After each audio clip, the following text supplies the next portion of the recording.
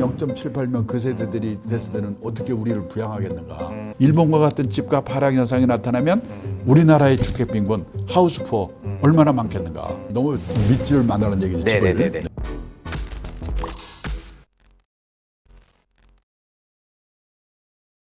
자, 안녕하세요. 지식이 되고 돈이 되는 시간 정재훈의 부동산 클래스 정재훈입니다. 자, 오늘은 1세대 은퇴 설계 전문가이시죠? 모든 분들이 지금 잘 아시는 분이실 거라고 생각합니다. 네. 자, 트러스턴 자산운용 연금 포럼의 강창희 대표님 모셨습니다. 안녕하세요. 안녕하세요. 감사합니다. 네. 아유, 네, 귀한 시간 내주셔서 감사합니다. 네. 네. 아유, 대표님 제가 네. 한번 보니까 네. 그래도 50년간 금융업계 그리고 네. 이제 네. 최근에는 이제 은퇴 관련된 네. 네. 노후 설계 이제 전문가로 이제 활동하고 계시잖아요. 네. 네. 어떻게 보면 대선배님이신데, 네. 한번 대표님께 이런 말씀 한번 여쭤보고 싶었어요. 네. 네. 이제 직장인으로 생활하시다가 이제는 은퇴를 하시고서 다시 한번 세컨 잡을 이제 성공적으로 지금 하고 계신데 네. 혹시 저희 뭐 20, 30대 네. 저희 직장인들에게 혹시 조언해 주실 부분 좀 있을까요?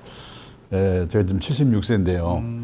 가능하면 젊은 시절에 간접적인 경험을 통해서 뭔가 좀 깨닫고 일찍 시작하는 게 참 중요하구나 하는 생각이 드는데 그게 제 경험인데요. 벌써 48년 전인데 동경증권거래소라는 데 가서 연수를 받으면서 일본에 그때 70 이렇게 된 노인분들이 일하는 사례를 보고 앞으로는 이렇게 오래 살게 되고 오래 살게 되면 뭔가 일을 해야 되는구나. 그 일을 하려면 폼나고 권한 있는 일은 젊은 사람한테 주고 좀 어떻게 보면 허드렛 일 이런 일이라도 해야 되는구나.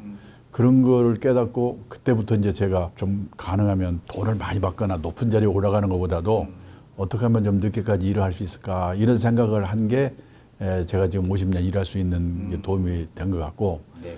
또 하나는 남이 하지 않는 일 이런 거를 자기 업무와 관련해서 자기 하고 있는 일을 좀 바꾼다든지 네. 그래서 새로운 일을 만들어서 그 일과 함께 조직에서 오래 하면 좋고 뭐 아니면 나가서 요즘 1인 기업, 1인 연구소 시대니까 또 그 일과 함께 밖에 나가서 할 수도 있는 거고 뭐 그런 노력을 좀 젊은 시절부터 간접적인 경험을 통해서 하면 어떨까 뭐 그런 생각을 하고 있고 그렇게 좀 조언을 드리고 싶습니다. 감사합니다.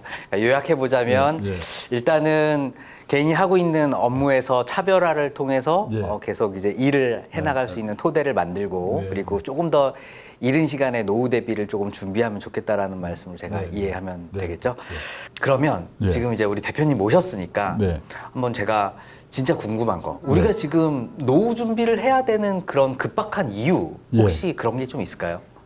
우선 이제 100세 시대 그러잖아요. 오래 살게 된 거죠. 네네 예전보다 예를 들면 옛날 같은 경우에는 일을 하다가 뭐 은퇴를 할까 퇴직을 할까 하고 나서 그냥 몇 년 살다 세상 떠나니까 네네 뭐 따로 준비할 필요가 없는 거죠. 그다음에 두 번째는 이런 그 100세 시대 노후 준비가 돈 몇억 원 모아놓는 것만으로 끝나는 게 아니고 그렇죠.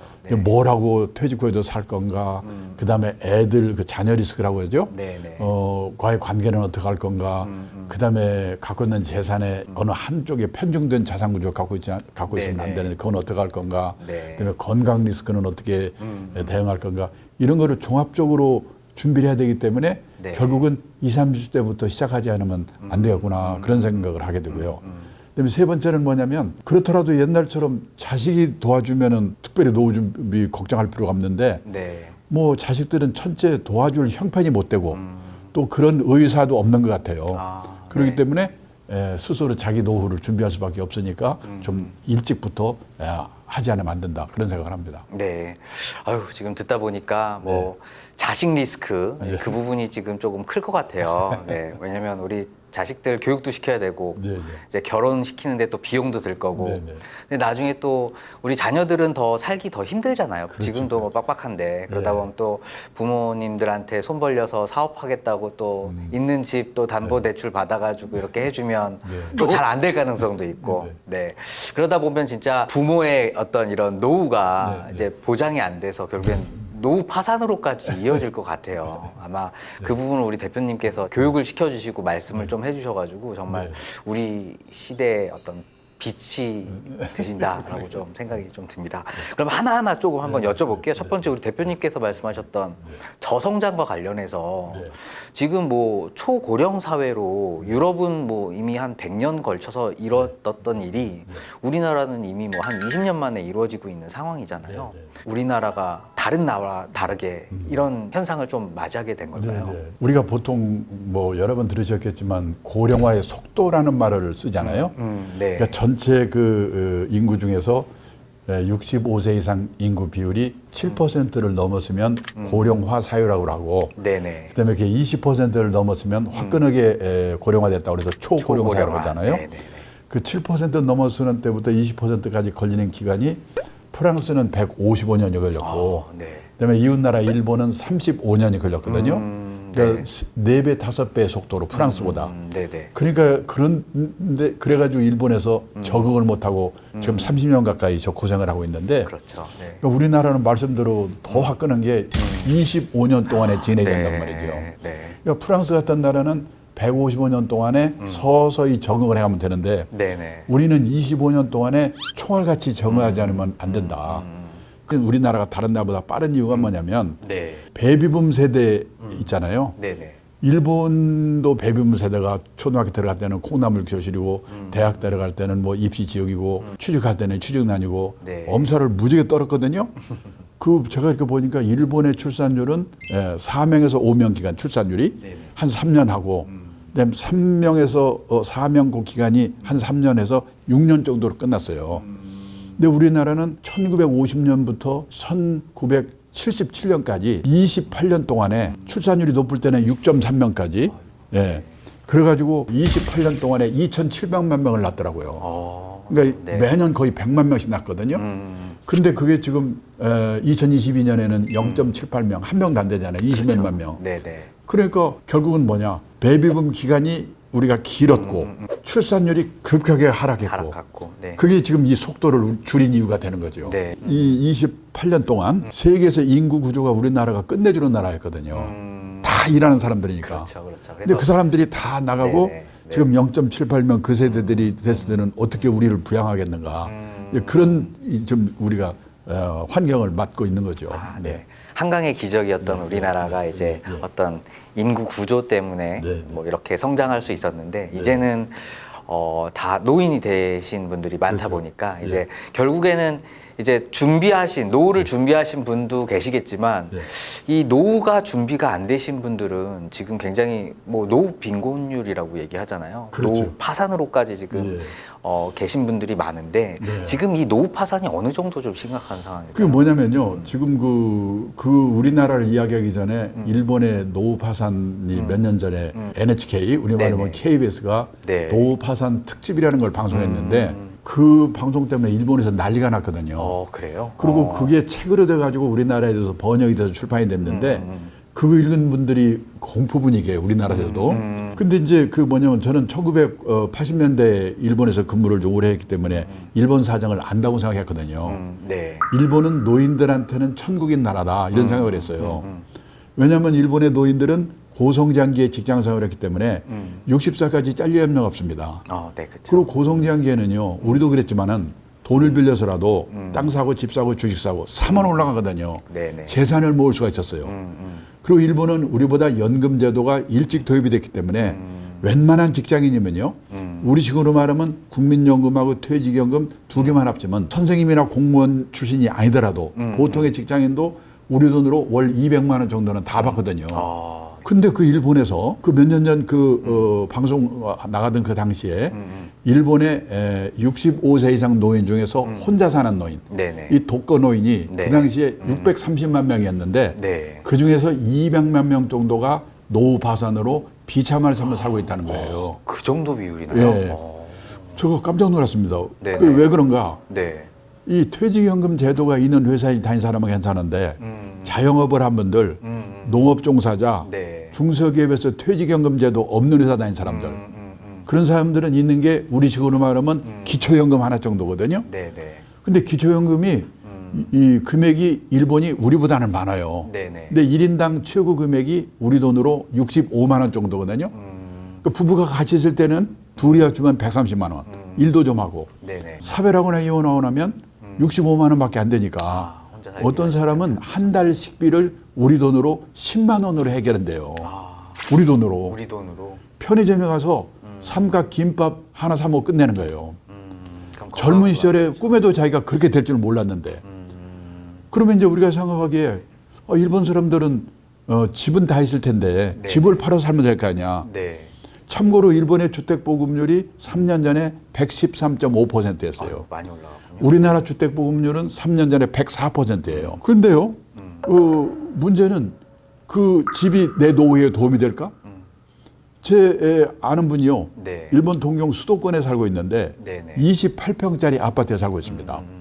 일본 사람들은 집을 크게 살지 않죠. 좀 약간 과하게 표현하면 우리처럼 돈을 차바르지 않아요.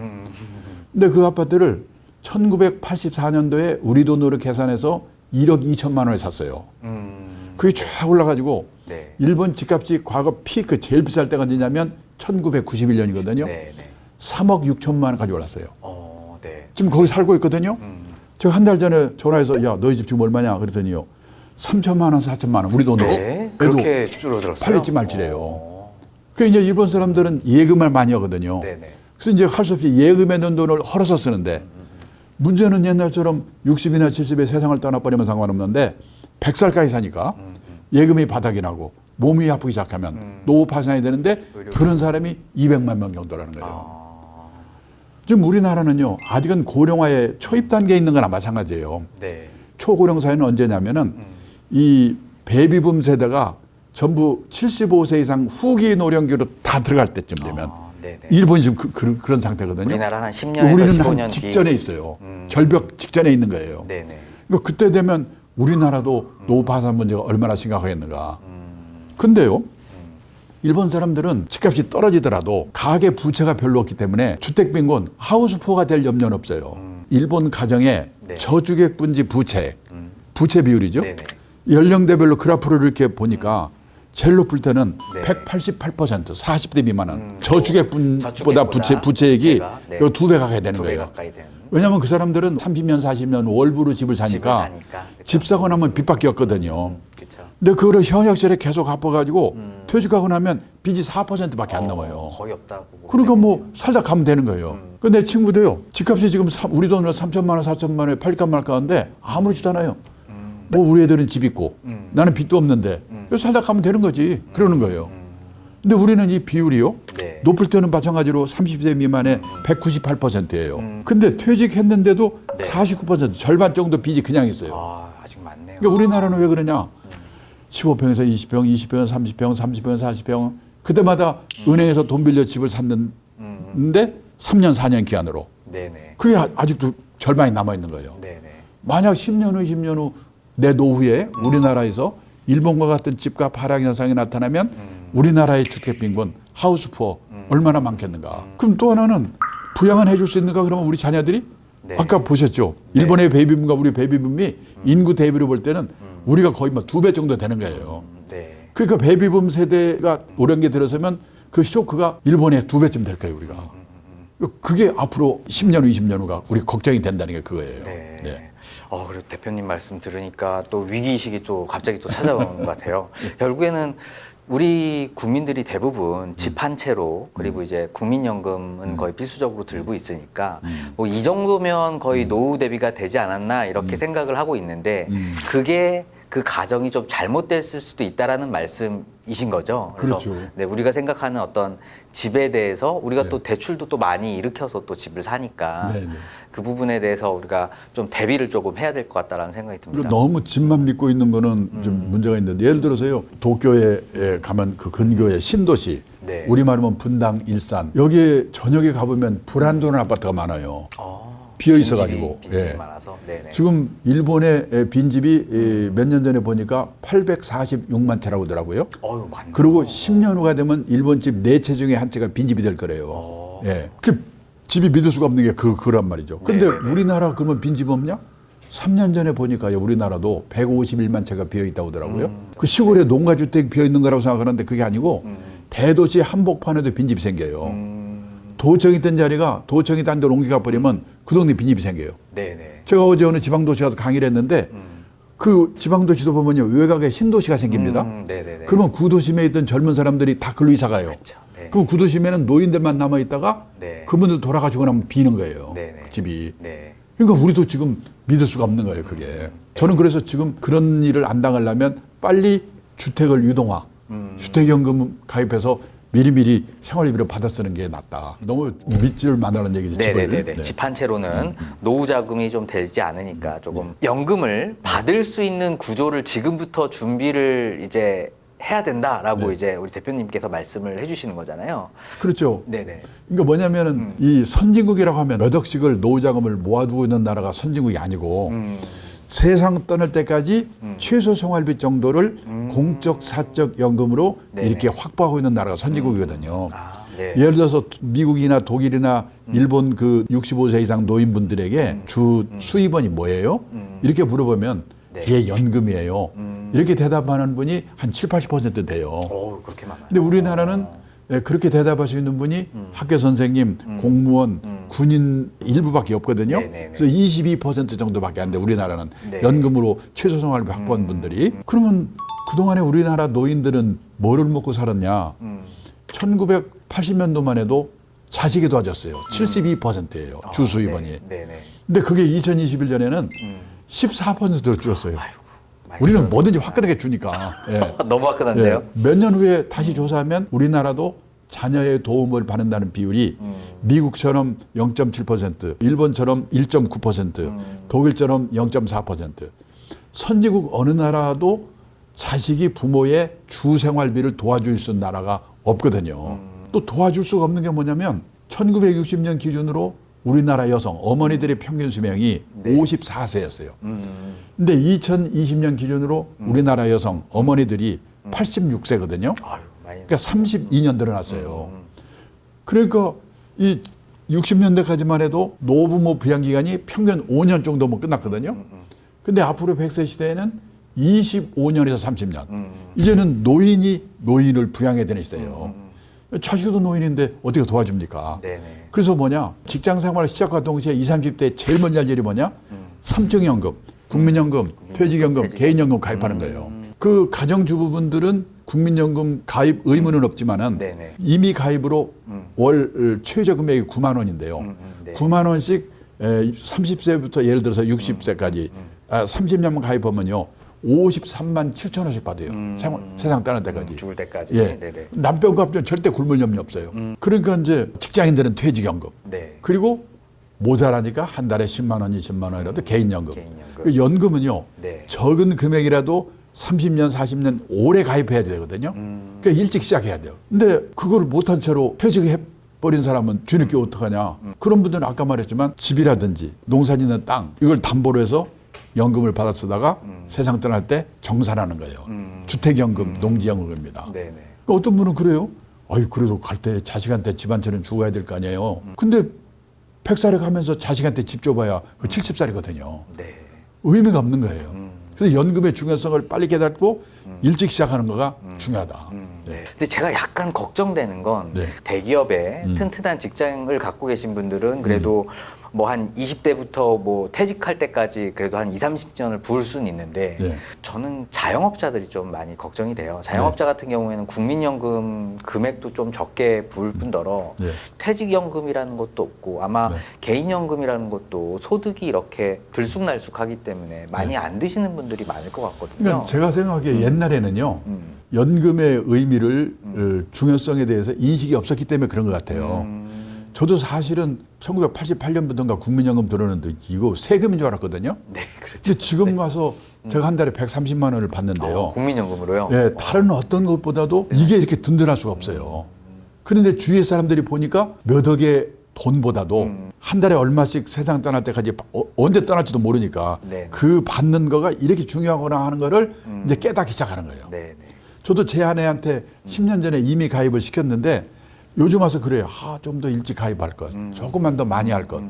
네네. 정말로 이제 깨닫게 되기 때문에 이제부터는 많은 분들이 달라질 겁니다. 네네. 네. 그건 제가 아마 동의하는 게 네. 저희 아버지께서 공무원으로 정년퇴직을 아, 하셨거든요. 네네. 그래서 그런 연금의 덕을 좀 많이 보시고 그러시죠. 네. 또 저희 어머니가 또 이제 나중에 사후에는 네. 뭐 한 70% 정도 이렇게 그렇죠. 또 받을 수가 네. 있으니까 네. 이제 그런 노후 보장이 또 이제 이미 그렇게 다 끝나셨더라고요. 네. 그런 걸 보면 네. 아, 연금이라는 게 정말 소중한 거구나. 네. 미리 준비를 해야 되겠구나라는 좀 생각을 좀 하게 됐습니다. 우리나라 국민들은 유독 부동산에 대해서 네. 불패시나 이런 한국 부동산이 일본처럼 좀 심각해질 수 있을지도 모른다 이런 의견을 조금 많이 주고 계시는데 네, 저는, 네. 좀 구체적으로 조금 더 들어볼 수 있을까요? 네, 우선요. 재작년에요. 네. 한국은행에서요. 주요국의 물가, 네. 그러니까 구매력 평가 환율이라는 게 있더라고요. PPP. 예, 예. 우리나라는 59만 4천 달러고 그런데 프랑스가 네. 57만 2천 달러, 일본이 50만 달러. 어이구 정말요?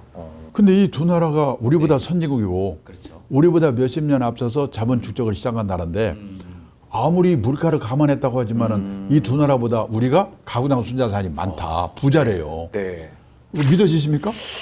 굉장히 자랑스럽습니다. 예, 한국은행 발표인데 거짓말이 아니겠죠. 그렇죠. 근데 문제는 네. 그 가계자산을 분해를 해봤더니 네. 우리나라는 78%가 부동산이고 금융자산이 22%예요. 네네. 근데 미국은요 34%가 부동산이고 금융자산이 66%. 그래요. 그러니까 우리와 미국과 비중이 딱 반대예요. 네, 그러네요. 그러니까 우리나라는 한마디로 말하면 재산 이퀄 부동산인데 부동산 가격이 비싸니까 부자처럼 보이는 거예요. 묶여 있는 예, 돈이 예, 너무 예. 많은 거군요. 그러니까 계속 오르면 상관없죠. 그러면 말씀대로 나라는 미쳐버리겠지만은. 네네. 근데 혹시라도 이웃나라 일본과 같은 장기 집값 하락 현상이 앞으로 10년 후, 20년 후 나타난다면 우리는 어떻게 되지? 제가 좀 걱정이 되는 거예요. 네네. 그렇죠. 지금요, 우리나라의 부동산이 얼마나 비싸냐면 우리나라 남한 땅 넓이가 네. 10만 평방킬로미터예요. 그리고 일본 땅 넓이는 38만 평방킬로미터거든요. 네, 거의 4배. 그런데요, 재작년 가격으로 우리나라 남한 땅을 다 팔았다고 가정하면 일본 땅을 다 판 돈에 약 4분의 3이에요. 아, 그래요? 그러니까 땅 넓이는 4분의 1인데 1인데 땅값은 4분의 3이다. 이 말은 평균 3배 우리나라 땅값이 비싸다. 일본 땅을 3평 팔아야 우리나라 땅을 한 평 산다는 거예요. 그런데 네. 제가 1980년대 일본에서 근무할 때요. 들은 얘기인데 그때 일본의 땅을 다 팔면 우리나라 남한 땅 다 판 돈에 15배라고 그랬어요. 그러니까 지금은 4분의 3 비슷한 네. 수준까지 왔다는 거는 네네. 일본 땅은 왕창 떨어지고 우리나라 땅은 왕창 올랐다는 얘기거든요. 그렇죠. 네. 어느 정도 그때 일본의 땅값이 비쌌는지. 일본 동경에 가면 중심가에 왕궁이 있는 구가 있어요. 지오다쿠라고 하는데 네네. 이 서울의 창덕궁, 경복궁이 있는 종로구와 같은 구예요. 어느 날 일본 사람이 뭐라고 하냐면 이 지오다쿠 하나만 오늘 시세로 팔면 그 돈으로 카나다 땅을 통째로 살 수 있다고 하더라고요. 아, 정말요? 하나의 굴을 네, 팔면 이제 캐나다를 다 살 수 있다는 그러니까 뜻이에요? 세상에 얼마나 땅값이 비싸면 아. 동경시내 종로구 같은 구 하나 팔아서 그 돈으로 카나를 다 삽니까? 그게 예. 15배 되던 예. 게 지금 예. 쪼그라든 상황이라는 거죠. 그렇죠. 네. 그래서 그때는요, 일본도 전체 가계자산 중에서 부동산 비중이 60%였어요. 우리보다는 좀 적지만 그래도 비슷했어요. 근데 그게 이제 30% 정도가 떨어졌다가 약간 올랐는데도 37%예요. 근데 제가 일본의 가계자산 중에서 부동산의 비중이 60%였던 거가 30%대로 떨어진 이유를 조사를 해보니까 앞으로 우리도 그렇게 될 가능성이 아주 크지 않을까 걱정이 되는 거예요. 그러면 30%대로 떨어진 이유가 뭐냐? 첫째는 아까 말씀드린 것처럼 지난 30년 가까이 일본의 집값 땅값이 특별한 데 몇 군데를 제외하고는 계속 떨어졌어요. 예를 들어서요, 일본의 3대 도시 도쿄, 오사카, 나고야의 택지 82년을 100으로 볼 때 91년까지 8년 동안에 3배 올랐어요. 아유, 많이 올랐네요. 그래가지고 네네. 20년 동안에 3분의 1로 떨어졌어요. 그래서 약간 올라 있는 정도. 3분의 1이요? 33% 가격? 예. 네. 결국은 비중이 줄어들 수밖에 없죠. 집값 땅값이 떨어지니까. 그다음에 두 번째는요, 서로 다 관계가 있는 건데 일본 사람들의 집에 대한 생각이 바뀌었어요. 일본 사람들은 우리처럼 집에 한이 맺혀 있지 않아요. 네. 우리나 예. 한국 사람들은 한이 맺혀 있죠. 예, 내가 집이 없다. 네. 근데 금융자산에 몇 억 있어. 그러면 은행에서 돈을 빌려가지고 집을 살까? 집을 사면 세금 내야지, 수리해야지. 골치 아프잖아요. 그러니까 에이, 집은 빌려 살고 이 돈은 딴 데 투자할까? 냉정하게 생각해 보거든요. 근데 우리나라 지난 3년 어땠습니까? 내 돈이 하나도 없더라도 은행에서 돈 빌려준다면 아니면 아버지가 빌려준다면 영끌, 눈 감고 집 샀잖아요. 네, 지금도 예. 부동산 반등이 일어난 게 예. 그런 대출을 통해서 조금 부동산 시장 반등이 일어나고 있거든요. 근데요, 네. 1980년대 일본은 우리보다 더 했어요. 그때 저 일본에서 근무를 해서 아는데 그때 일본이 수출이 잘 되니까 미국 선진국의 압력을 넣어가지고 일본의 영화값을 더블로 올려버렸거든. 플라자 합의. 예. 그러니까 이제 대책이 뭐냐, 금리를 절반으로 낮추고 우리 지난 3년처럼 돈을 왕창 풀었어요. 그 돈이 기업에서는 땅 산다고 날리고 개인들은 집 산다고 날리고 집 못 사면 큰일 난다고. 자산이 폭등하게 이렇게 될 수밖에 없었던 거죠. 유동성이 풀리면서. 소위 버블이 경기가 돼가지고요. 우리나라나 일본처럼요, 농경 문화를 가진 나라, 정착해 사는 나라 사람들은 유목민국가 해양국가처럼 이동을 전제로 하고 사는 나라 사람과 달리 내 집, 내 땅에 대한 집착이 엄청나게 강하거든요. 그게 신분의 상징이고. 그 사람들도 그랬어요. 지금 예. 우리나라 아파트가 신분의 상징으로 지금 그 사회 문제가 된 그 사람도 것 같아요. 그랬어요. 근데 30년 동안에 집값 땅값은 떨어져, 애들은 줄고 노인만 남아, 경제는 어려워져. 어떻게 보면 앞으로 우리 가는 방향이잖아요. 그러니까 에이, 집 없으면 어때? 이렇게 바뀌어버리더라고요. 그다음에 또 이유 중에 세 번째가 뭐냐면 일본도 우리나라도 베이비붐 세대가 왕창 태어나가지고 성인이 돼서 집을 사면서 집값을 올렸어요. 네네. 근데 일본은 베이비붐 세대의 내 집 마련이 끝났어요. 우리는 아직 안 끝났어요. 끝나면 어떻게 될 건가? 그리고 아까 말했지만은 인구 대비 베이비붐의 기간이라든지 그 출산율이 거의 인구 대비 우리는 일본의 2배쯤 되거든요. 끝나면 쇼크가 훨씬 더 클 거예요. 베이비붐 세대의 영향이고요. 그다음에 네 번째는 뭐냐면 도시화. 시골에 살던 사람들이 도시로 이주를 하면서 집을 사니까 집값을 올렸어요. 근데 일본은 도시화 과정이 끝나서 도시에서 지방으로의 역류 현상이 나타나고 있어요. 일본의 지방자치단체들이 관내 빈집 있다. 그러면 도시 청년대로 꼬시는 거예요. 여기 와 살면 공짜로 살고 다른 것도 지원해 주겠다. 우리도 지금 그런 움직임들이 나타나고 있잖아요. 예. 근데 우리나라의 도시화율이 몇 %인지 아십니까? 도시화율은요, 전체 인구 중에서 도시에 사는 사람 인구 비율이거든요. 그 세계에서 싱가포르나 홍콩 같은 도시국가를 제외하면 우리나라 도시화율이 거의 1등, 2등이래요. 아, 90% 아마 넘는 걸로 알고 그러니까 있는데. 국토교통부 발표에 의하면 92%고요. 유엔의 발표에 의하면 82%인데 뭐 방법에 따라 좀 다르겠죠. 근데 저기 시골에 가봐도 도시로 나올 만한 젊은 사람들 거의 없잖아요. 노인들만 있지. 예, 끝난 거예요, 그것도. 그리고 마지막으로 선진국에서는 개인이 살고 있는 집 말고 여분으로 집이나 가게를 갖고 있다가 세를 놓습니다. 그 사람이 세를 안 낸다? 못 내보내요. 선진국은 세입자의 권리가 너무 세기 때문에 소송해야 돼요. 그러니까 골치 아파요. 그래서 선진국에서는요, 부동산 투자를 하되 실물로 투자하는 게 아니라 리츠라든지 부동산 펀드 같은 간접 투자를 하는 거예요. 안 하는 게 아니고. 근데 리츠나 부동산 펀드는 펀드이기 때문에 금융자산 속에 포함이 돼 있어요. 그래서 미국, 일본의 금융자산 비중이 60%, 70%인 이유가 거기에 있다. 근데 우리도 지금 알게 모르게 그런 방향으로 가고 있다. 근데 여기까지 말씀드리면 많은 분들이 야, 저 사람은 증권회사에서 온 모양이지 주식사라고 꼬시려고 그러는구나. 그러니까 부동산 안 된다고 하고 막판에 가면 주식사로 할 거야. 그리고 또 하나는 뭐냐면 함부로 제가 집 팔아서 주식사세요 이 말 못하는 게 떨어지더라도 직선으로 떨어진 게 아니거든요. 떨어졌다 올랐다 떨어졌다 올랐다. 일본도요. 그게 장기 20년 30년 하락으로 갈지는 처음에 4, 5년 동안은 몰랐어요. 지나고 보니까 아 그렇구나. 우리도 지금 몰라요. 그 함부로 내가 어떤 분이 집 팔게 했는데 그게 가을쯤 가서 반등해 보세요. 제가 어떻게 되겠는가. 저는 그래서 함부로 뭐 사세요 파세요 이런 말은 못하고요. 다만 말씀하신 대로 부동산에 우리가 너무 집착하고 있으니까 사고 팔고는 알아서 하시더라도 원칙만은 지키십시오 이렇게 얘기해요. 그 원칙이 뭡니까? 투자라고 하는 것은 리스크가 따르는 것입니다. 따라서 재산이 한 곳에 집중되어 있으면 안 됩니다. 갖고 계신 재산이 100% 부동산에 몰빵되어 있으시다면 그 부동산이 오를 때 오를 망정 우선 10% 20%라도 금융자산을 가지세요. 그리고 나이가 들어가면서 금융자산의 비중을 높여가셔야 됩니다.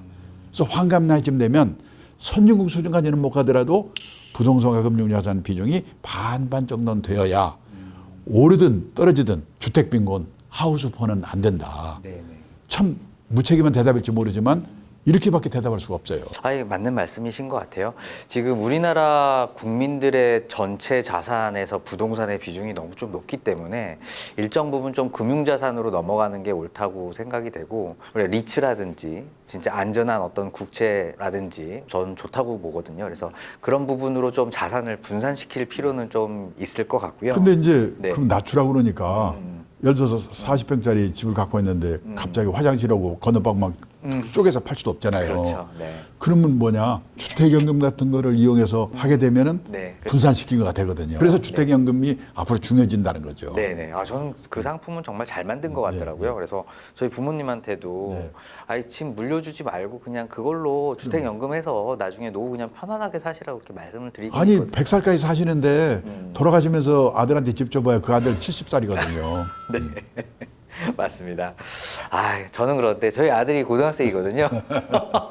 벌써 집을 탐내더라고요. 아직 젊은 아, 젊은 건가요? 탐내봐도 소용없다는 얘기를 미리 알려줘야죠. 아, 그런가요? 나 100살까지 살 거니까. 네, 아예 애가 상처 입을까봐 지금 수능 준비 중이라.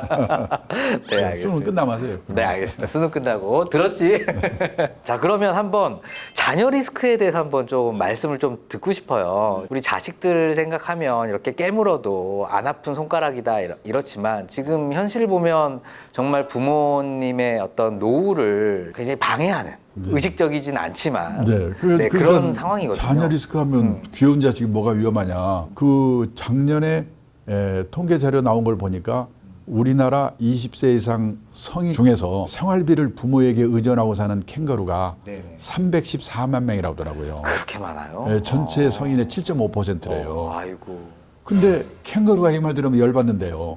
왜 그렇죠? 듣는 캥거루는 캥거루가, 짐승인데도 네. 지 새끼를 낳아서 딱 1년 보호하고 쫓아버린대요. 아, 사람은 끝이 없잖아요. 그렇죠. 그렇죠. 네. 그 일본에서는 캥거루를 또 뭐라고 부르냐면 패러사이트 싱글이라고 부르는데 이 패러사이트라는 말이 네. 무지하게 그 어려운 단어잖아요. 생물 선생님이 아는 단어인데 네네네. 그 봉준호 감독 때문에 유명해졌잖아요. 네네네. 그게 기생충이라는 뜻이래요. 네네. 그 일본식으로 보면 파라사이토 싱그루 뭐 그러는데요. 네. 이게 기생충적 도시라는 뜻이래요. 몇 년 전에 발표된 통계니까 좀 바뀌었겠지만은 몇 년 전에 일본의 35세에서 44세까지 딱 10년 기간에 인구가 1895만 명이었는데 그중에서 결혼 안 하고 부모한테 얹혀 사는 기생충적 독신이 295만 명이라고 하더라고요. 그럼 부모가 돌아가시면 어떤 일이 생기냐? 네네. 직업이 있는 친구는 그나마 괜찮은데 없는 친구들이 더 많거든요. 부모 사망 신고 안 오고 몰래 연금 다 먹거나 네, 맞아요. 아니면 기사도 봤어요. 흑빈자로 전락한다는 거예요. 그리고 영국에서는 키퍼스라고 부모의 노후 자금을 갉아먹는 자녀들. 아이고. 예. 그러니까 전 이런 세계적으로 자녀 리스크에 걸려버리면 정말 뭐덕에 노후 자금 아무 의미 없다는 거죠. 맞아요. 지금 그 우리나라에서 뭐 신문에 과소비하지 말자, 과소비하지 말자요. 중남미라든지 이태리, 그리스 같은 나라 비교해보면 우리나라는요 근검 전략하는 나라예요. 뭐 루이비통 백을 사도 100개 삽니까? 한 개면 그만이지. 네. 자식한테 들어가는 돈은 세계에서 1등이에요. 맞아요. 작년에 미국 CNN 방송에서 애들 0세에서 18세까지 그러니까 고등학교 졸업할 때까지 자녀 양육비로 들어가는 돈의 합계를 GDP로 나눠봤더니요. 비율이 1등인 나라가 한국, 아이고. 2등이 중국, 3등이 이태리. 아, 예. 이태리도 또 그러니까 그러네요. 네. 이 문제가 두 가지 문제를 있어요. 그렇게 돈을 쓰는 게 자녀한테는 도움이 될까 하는 거 하나고 그리고 내 노후를 힘들게 하지 않는가 하는 문제에서 이게 좀 분석을 해볼 수밖에 없는데 그 돈이 어떤 돈이냐면 다 싫은 거 아니에요. 학자금, 네. 과외비. 그런데 또 취직이 안 되고 이런 문제이기 때문에 그렇게 해서 쓴 돈 교육비라는 게 결국 뭐냐면 애들한테 주입식 교육시키는 돈으로 들어간 거 아니에요? 그렇죠. 근데 지금 직업이 사라지는 시대잖아요. 맞아요. 그러니까 뭐냐 애들한테 생각하는 능력을 길러줘야 되거든요. 근데 저희 딸도 보니까 외손녀 외손자 키울 때 보니까 엄마들끼리 모여가지고 선생 좋은 사람들 다 이렇게 서로 정보 교환해서 그룹과의 애들을 뺑뺑이 돌리는 거예요. 네. 뭐 자식을 쓰는 거 좋아요. 그것이 자식의 장래를 망치는 건 아닌가는 잘 생각해 봐야 되는 거고 또 그렇게 써가지고 내 노후를 망치는 거 아닌가 하는 생각해보고 쓸 때 쓰더라도 써야 된다. 우선 거기까지 말씀드릴게요. 아, 예, 알겠습니다. 아유, 굉장히 좀 어려운 문제인 것 같아요. 자녀 뭐 교육과 관련된 저도 뭐 이미 뭐 학부모라서 저는 이제 뭐 고3, 고1이라서 그 무한 경쟁 시대 나이거든요. 그래서 이거를 멈출 수는 없어요. 그렇다고 우리 아이에게 최대한의 지원을 해주고 싶은 게 또 부모의 마음이니까. 그리고 이제 자녀들을 그렇게 해서 돈을 쓰는데 보면 재작년에 서울에서 40대 후반에 부부가 맞벌이 하는 커플, 세 커플을 제가 인터뷰를 했어요. 네네. 근데 그 중에서 과외비를 자기네가 제일 덜 쓴다고 그러는 집이 어느 정도였냐면 부부가 맞벌이 해가지고 1억을 번다고 하더라고요. 네. 많이 벌잖아요, 40대 네네. 후반에. 근데 초등학교 6학년, 중학교 2학년 두 명의 과외비로 들어가는 돈이 3,360만 원이래요. 아, 1년에? 예. 아, 그러면 한 300만 원 쓰는 거죠. 그러니까 거기 플러스 등록금 내야죠. 책가 사줘야죠. 빵 사줘야죠. 옷도 사줘야죠. 가족 먹고 살아야죠. 언제 저축을 합니까? 근데 문제는 67세까지 1억씩 벌면 또 상관이 없는데요. 우리나라 직장인의 평균 퇴직 연령이 51.7세거든요. 그러면 퇴직하고 나면요. 재취업해도 먼저 받은 월급의 절반 받으면 끝내줘요. 네. 재취업해서 연봉 2천만 원이 무지가 어렵거든요. 근데 그때 애들은 대학교 고학년 그다음에 결혼해서 결혼 비용 들어야 돼. 노무 요양비 들어 의료비 들어. 그래가지고 중사직에서 탈락하는 거예요. 그다음에 두 번째는 또 취직 문제가 있잖아요. 제가 놀란 게 작년에 우리나라 대졸 취업률이 68%로 나왔더라고요. 일본은 96%예요. 일본은 구인난 우리나라 대학생들이 일본은 취직하라고 난리잖아요. 근데 우리나라 68%에서요. 군대 간 애들, 대학원 간 애들이 포함되어 있으니까 빼버리면 50% 되거든요. 그 둘 중에 하나가 취직이 안 되는데 환장하는 거죠.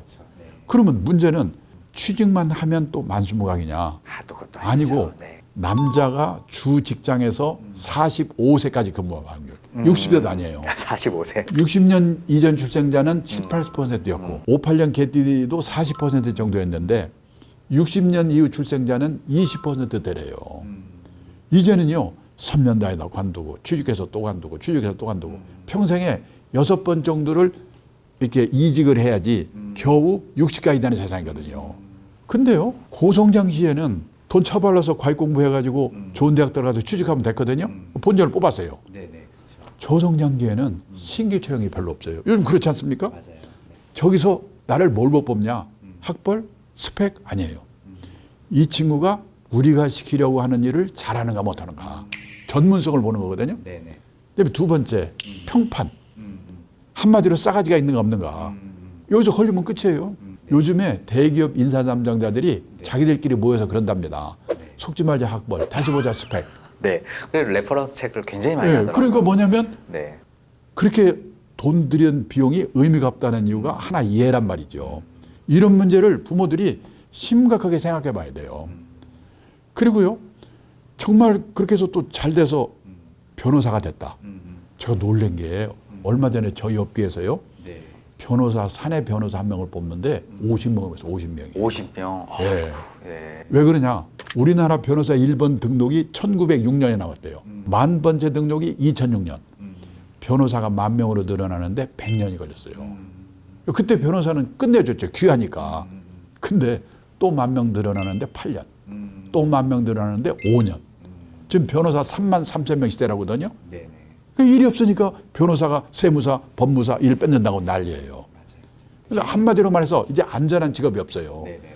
그럴 때 애들을 어떻게 해야 되느냐. 그 생각을 해야 된다는 거예요. 그래서 저는 40대에 해야 될 일이 두 가지인데요. 노후 대비로. 첫째가 뭐냐면 건강 리스크 관리를 시작해야 되고 두 번째는 초등학교 고학년 되기 시작하잖아요. 애들이 네네. 아니면 중학교 들어가든지. 네. 그래서 부부가 어디 가서 제대로 된 교육을 받아가지고 공통된 인식, 소신을 가지고 교육, 결혼 문제 이런 자녀 리스크에 관련된 문제에 대해서 부부가 공통된 인식 이게 중요해요. 그러니까요 이럴 때일수록 간접 경험을 통해서 공부를 해가지고 직업이 사라지는 시대, 저성장 시대에 어떻게 애들이 장래를 개척할까 그 힘을 길러주는 공부가 뭔가 생각해 봐야 된다는 거죠. 아유, 정말 맞는 말씀이세요. 이제 노후가 잘 보장되신 어르신들하고 이렇게 대화를 하다 보면 가장 큰 걸 그 자녀 리스크를 보시더라고요. 그래서 자녀를 정말 잘 키워야 된다 이렇게 말씀을 하시면서 이 친구가 사회에 나와서 자기 몫을 해내야지만 그게 또 국가한테 도움되고 또 부모한테 또 도움되는 일 아니겠습니까? 그래서 그렇죠. 그런 부분들을 본인 혼자만 결정하면 안 되고 반드시 부부가 네, 부부가 상의해가지고. 참 힘들죠. 네, 맞아요. 힘든 일이에요. 저도 이렇게 큰 소리 치지만은 옛날에 다 꼼짝 못했거든요. 네. 그리고 한마디만 네네. 했는데 또 본인 입장에서 자녀적 관리에 제일 필수 과목이 뭐냐면 결국 연금으로 준비를 해야 돼요. 그러니까 뭐냐? 나는 연금을 300만 원, 300만 원, 400만 원, 400만 원을 죽을 때까지 받을 수 있으니까 좀 안심하고 도와주자라 도와줄 수가 있는 거죠. 근데 연금은 하나도 없고 돈만 뭐 제법 있는데 거기서 쪼개서 주다 보면 나중에 무슨 일이 생길지 모른다 이거죠. 그래서 세상 떠날 때까지 최소 생활비 정도를 3층 연금으로 받도록 하는 거가 자녀 리스크 대비하는 방법이기도 하다. 네, 네. 30대, 40대 3층 연금. 연금은 이제 자녀 리스크를 해지하기 위한 하나의 수단이니까 반드시 꼭 준비를 좀 해야 되겠습니다. 우리 대표님 보시기엔 예. 아마도 건강 리스크에 대해서 굉장히 관심도 많으실 것 같아요. 네. 우리 건강에 대해서 한번 조금 말씀을 좀. 그러니까 뭐 제가 의사도 아닌데 건방지게 이렇게 건강 얘기냐. 제가 경험을 해보니까요. 나이 들어서 아프면 참 장난이 아니겠구나 하는 생각이 드는데 저는 사실은 지난 10몇 년 사이에 부부가 암에 걸렸거든요.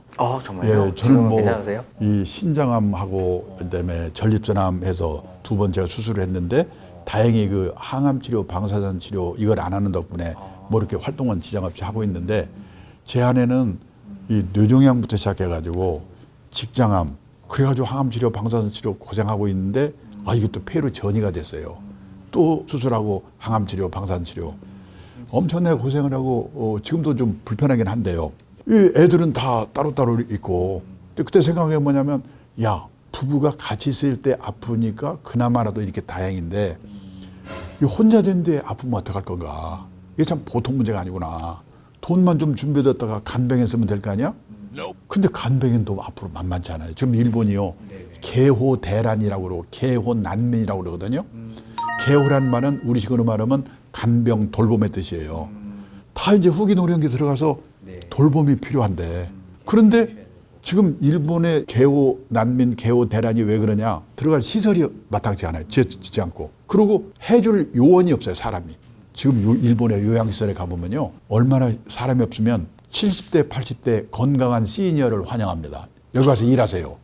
70대, 80대를 뽑는 거예요. 그러니까 보통 문제가 아니에요. 부부가 혼자 있을 때 아프는 거예요. 맞아요. 저희 부모님도 좀 많이 편찮으셔가지고 예. 이제 간병 이렇게 몇 번 이렇게 붙여봤는데 좀 코로나기 때문에 또 가족이 또 할 수 없는 상황이었었거든요. 근데 이 간병인 구하는 게 굉장히 어렵더라고요. 그래서 제가 그 강의할 때 부부들한테 그래요. 오늘 아침 부부싸움 했으면 빨리 전화해서 화해하라고. 그래도 왼수 같은 마누라라도 왼수 같은 남편이라도 둘이 건강하게 같이 있는 게 얼마나 중요한가. 근데 이제 문제는 조심을 해도 아플 수가 있거든요. 그렇죠. 네. 제 학교 선배 한 분은 고등학교 때 레슬링 선수고 대학 때는 서울농대 미식축구 선수였는데 무지 건강한 분이었거든요. 근데 얼마 전에 뭐 뇌졸중 오셔가지고 젊을 때 건강한 분이 나이 들어가지고 암에 걸려 심혈관 질환 깜짝깜짝 놀래요. 그래서 필요한 게 뭐냐면 중대질병보험 하나 나이 들기 전에 들어주는 거예요. 이게 40대 할 일이에요. 네네네. 저는 사실은 10몇 년 전에 제 아내가 어느 보험회사에 설득에 넘어가가지고 암보험을 들었다고 그럴 때 제가 그때 웃었거든요. 부부가 걸리고 나니까 안 들었으면 큰일 날 뻔했어요. 근데 이 보험은 나이가 들면 들기도 어렵고 또 보험료도 비싸지거든요. 그 일본, 미국에서요 퇴직한 분들에게 물어봤어요. 퇴직을 하면 생활비가 줄여야 되잖아요. 줄었습니까? 물었더니 안 줄었습니다는 대답이 30%, 40%래요. 왜 안 줄었습니까? 바로 병원비, 간병비 때문에 그런 거거든요. 그런데요, 그 일본 내각부라고 하는 데서 주요국에 60세 이상 고령자 대상으로 당신은 지금 건강하십니까? 이렇게 물어봤더니 미국, 일본 노인들은 예, 건강합니다가 60 내지 70%. 근데 우리나라는 예, 건강합니다는 대답이 40%밖에 안 돼요. 우리가 훨씬 험한 인생을 살았기 때문에 그러겠죠.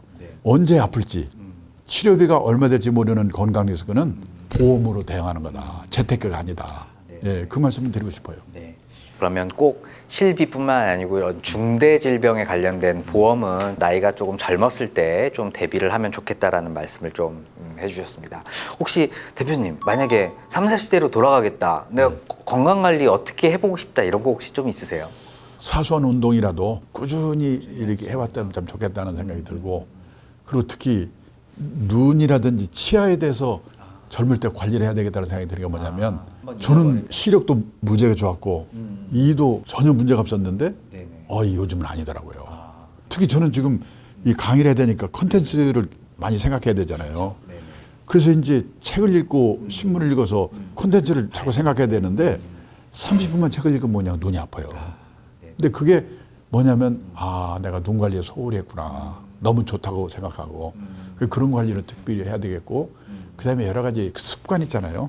저는 다른 건 못해도 담배 끊은 건 참 잘했구나 생각이 들어요. 네네. 좋습니다. 자, 그러면 뭐 3층 연금을 들고 자녀 리스크에 대해서 한번 부부간의 고민을 꼭 한번 해보고 건강 리스크를 좀 챙기는 이 방법은 우리가 20대, 30대, 40대가 좀 해야 할 일일 것 같아요.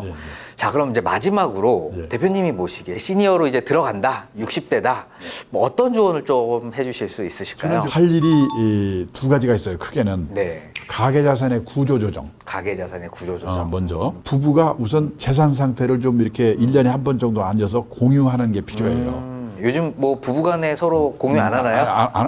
네 재산 내 지금 재산인가요? 요즘은 많이 하는데 많더라고요. 그래요? 근데 뭐냐면 재산이 여기저기 있고 그다음에 빌린 것도 있고 빌려준 것도 있고 그러는데 갑자기 남편분이 치매가 온다거나 그러면 당황스럽죠. 그래서 그런 것 때문에 하나 공유하는 게 중요하고 두 번째는 뭐냐면 구조조정을 위해서 부부가 공유를 해야 돼요. 물론 이제 피차 비자금 정도는 이렇게 살짝 뽀록나지 않도록은 해야 되겠죠. 근데 좀 굵은 것은 공유하는 게 좋겠다는 생각이 드는데 그래서 그 자산 구조를 보면서 첫째, 과다한 부채를 안고 있는 집. 그러니까 뭐냐면 부채 총액이 총 자산의 3분의 2가 넘어가면 위험한 자산 구조다고 생각하고 부채를 줄이는 노력을 빨리 해야 돼요. 빚을 안고 퇴직하면 괴로우니까. 그다음에 앞에서 말씀드렸지만은 우리나라는 80%가 부동산이니까 혹시라도 내 노후에 10년 후, 20년 후 부동산 하락 현상이 나타나면 문제거든요. 그래서 반반 정도로 줄여놓는 그 구조조정이 필요하고 더 중요한 게 뭐냐면 퇴직 후에 뭔가 할 일을 준비하는 거예요. 돈이 되는 일이든 그다음에 사회공헌 활동이든 취미 활동이든 그 세 가지를 겸한 활동이든 뭔가 소일거리를 갖는 게 중요하다. 그 준비를 갑자기 되는 게 아니거든요. 저도 사실은 지금 생각해 보니까 제가 이런 투자교육 이거를 하게 된 게 2000년 초에 자산운용사, 펀드 운영하는 회사의 대표를 하는데 그 대표를 하면서 보니까 자산운용업이 성공하기 위해서는 운용만 잘해서 되는 게 아니라 투자자들이 단기 시황에 쫓겨가지고 샀다 팔았다를 반복해서는 안 되는구나. 장기 투자, 분산 투자의 원칙을 지키도록 설득하는 게 중요하구나. 그러고 미국, 일본의 제 나이 또래 된 사람들을 보니까 투자 교육이라는 걸 하고 있더라고요. 그래서 저도 마케팅 차원에서 투자 교육을 시작했어요.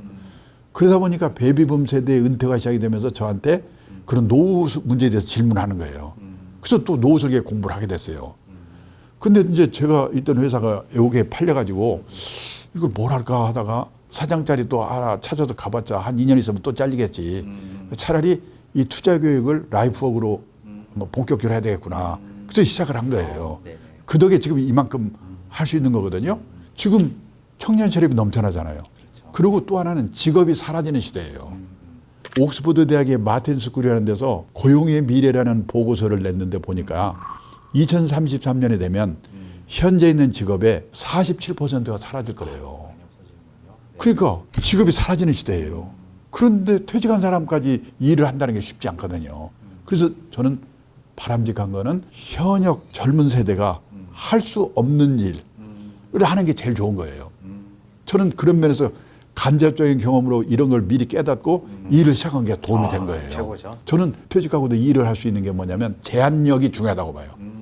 내가 임원도 했고 뭐도 했으니까 알아서 나를 불러주겠지. 천만의 말씀이죠. 그래서 제가 제안서를 보냈어요. 투자교육연구소라는 것을 당신네 그룹에서 만들면 이런 좋은 점이 있을 거다. 그랬더니 그쪽에서 그게 받아들여져 가지고 9년 동안 일을 했어요. 그리고 65세가 돼 가지고 민망해서 이제 나와서 1인 연구소 시대, 1인 기업 시대니까 만들어서 1년 반쯤 하고 있는데 지금 이 트러스턴 이 회사에서 밖에서 하지 말고 들어와서 같이 하자. 들어와서 이렇게 하고 있는 거예요. 그런 게 가장 바람직한 거예요. 그걸 하다 보면은 문제의식을 갖고 하니까 회사 일도 열심히 하게 돼요. 근데 하다 보니까 도저히 그런 일을 못하고 나왔다. 그러면 그때는 그냥 체면을 내려놓고 지금 일본에서도요. 그 퇴직자들의 하는 일을 이렇게 쭉 보니까 랭킹 1번이 뭐냐면 아파트 관리인인데 아파트 관리인 되기 위해서요. 경쟁률이 50대 1이에요. 50대 1. 아, 높네요. 네. 그리고요. 가사 대행 서비스라든지 그게 가사 도우미거든요. 제 친구는 사장인데 그 딸이 대학 나온 애인데요. 40대 중반인데 애 둘을 키우느라고 회사를 퇴직했대요. 근데 애만 키운 게 아니라 틈틈이 시간을 내가지고 간호사 자격을 받을 수 있는 전문학교를 다녔어요. 그래서 대학 나온 애가 간호사 자격을 따로 받은 거예요. 근데 아까 말했지만 지금 일본에는 방문 개호라고 그래가지고 개호는 간병 돌봄이라고 그랬죠. 경제력 있는 노인들이 혼자 아니면 둘이 사는 집에 가가지고 주사도 놔주고 건강 체크해주고 간단한 집안일 도와주고 그러는 일의 수요가 폭발적으로 늘고 있어요. 거기서 돈 벌고 있어요. 그런 식의 할 수 있는 일을 준비한다는 거예요. 그렇게 살다 보니까 뭐 먹고 살 경쟁이 없는 사람은 그럼 일 안 해도 되느냐? 그게 또 아니에요. 왜냐하면 특히 도시에 사는 사람일수록 퇴직하고 소일거리가 없어서 미치거든요. 요즘 서울의 인류 호텔에 헬스클럽 한번 가보면은 왕년에 장관, 차관, 사장했던 사람 다 모여 있어요. 거기서 오전 시간 때우고 얼마 전에 정부 고관을 했던 제 친구가 저녁 먹다 뭐라고 하냐면 자기는 아침에 잠에서 깨면요 침대에서 내려오기 전에 오늘은 뭐 할까 그 생각부터 해놓고 그대 내려온대요. 하루 이틀도 아니고 30년 40년 그렇게 살아보세요. 미칩니다. 그래서 선진국에서는 먹고 살 걱정이 없는 사람은 퇴직하고 뭘 하느냐. 취미활동 절반, 봉사활동 절반이면서 약간의 용돈벌이 하는 일을 다 한다는 거예요. 우리도 지금 그런 세상으로 가고 있거든요. 이 인생의 이 정년을 3번 맞이한다고 그래요. 첫 번째가 고용정년. 보통 회사 55세인가요? 근데 아직도 몸이 쌩쌩해. 그래서 허드렛 일이라든지 또는 취미활동, 뭐 사회공헌활동, 겸한 거 이런 일들을 하는 거예요. 그리고 세 번째가 인생 정년. 하나님이 데려가는 이 3번의 정년을 어떻게 맞이할 것인가. 이런 준비를 하고 사는 게 재테크보다 훨씬 더 중요하지 않을까.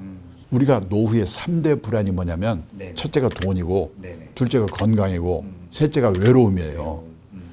이 3대 불안을 해소하는 최선의 방법이 돈이 되는 일이든 사회공헌 활동이든 취미 활동이든 일이 있어야 된다.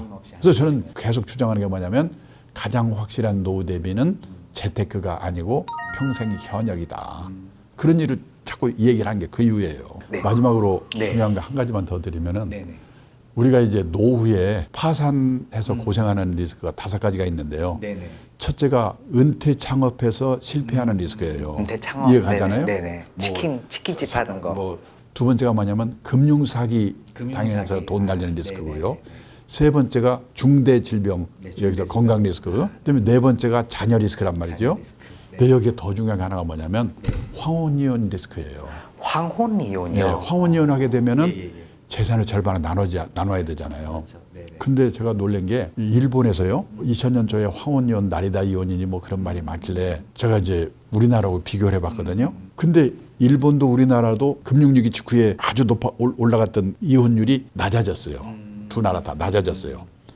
근데요, 일본은 결혼해서 20년 이상 된, 그러니까 혼인 지속 기간이 20년 이상 된 걸 중년 황혼이혼이라고 하거든요.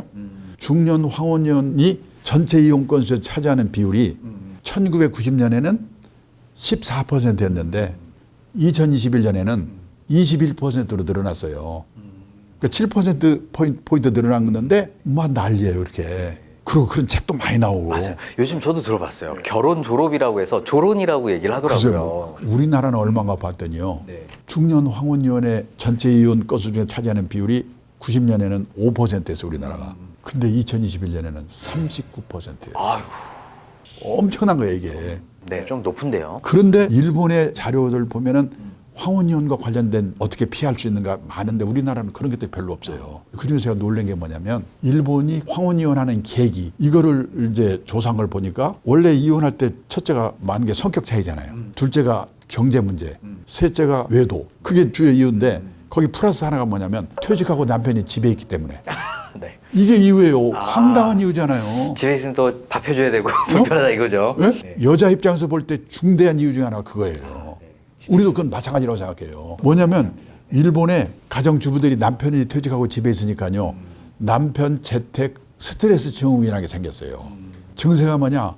우울증, 고혈압, 천식, 공황장애, 암공포증, 12장 교양, 키친 드링크. 키친 드링크가 뭔지 아십니까? 뭐죠? 주방에서 술 홀짝홀짝 마시는 거 열받아가지고. 아, 술. 네네네네. 이게 다 우리나라도 마찬가지예요 지금. 저도 보면요, 옛날에는 왜 일찍 안 들어오냐고 그난리 치더니 오직하면 가장 인기 있는 남편이 낮에는 집에 없는 남편이라고 왜 이런 말이 우리나라도 생겼잖아요. 그러니까 이게 왜 그런가 조사해 보니까 우리나라나 일본은요, 남편이 현역을 있는 동안은 남편의 세계와 아내의 세계가 분단된 세계에 살고 있는 거예요. 네네. 그렇지 않습니까? 그렇죠. 한 30년, 40년 따로 놀다가 어느 날 만나니까 헷갈리는 거예요. 미국은 커플 문화, 젊을 때부터 꼭 같이 움직이는 거예요. 출장 갈 때도 허락받아야 되고 마누라 반대하면 못 가요. 저녁에 술 먹고 늦게 들어가면 이혼이고. 그리고 끊임없이 애정을 확인하고. 거기는 퇴직해서 일이 생기지 않아요. 근데 우리는 전혀 따로 놀다가 어느 날 탁 만나게 생기는 거예요. 그래서 뭐냐, 정말로 퇴직 후에 부부 화목 문제를 심각하게 생각하고 준비해야 돼요. 준비를 못한 채로 하다가 퇴직했다. 그러면 아내 입장이나 남편 입장이나 아침 9시부터 오후 5시까지는 뭔가 자기만의 시간. 남편은 일을 찾고. 일본도요, 대개 50대 돼서 애들 손을 놓게 되면요, 다 아르바이트 시작해요, 가정주부들이. 그런 문제에 대해서는 대책을 세워야 돼요. 결국 노후에 관련해서는 남녀가 따로 없다. 어떤 일이든지 조금 만드는 게 이제 노후 준비의 하나의 방법이다라고 또 말씀을 좀 주신 것 같아요. 제가 진짜 한 20대부터 한 100세 시대까지의 어떤 로드맵을 쭉 그릴 수 있는 시간이었던 것 같습니다. 자, 오늘 대한민국 최고의 노후 설계 전문가 강창희 대표님을 모시고 긴 시간 유익한 말씀을 좀 들어봤는데요. 시간 내주셔서 정말 감사합니다. 네, 감사합니다. 네, 감사합니다. 네.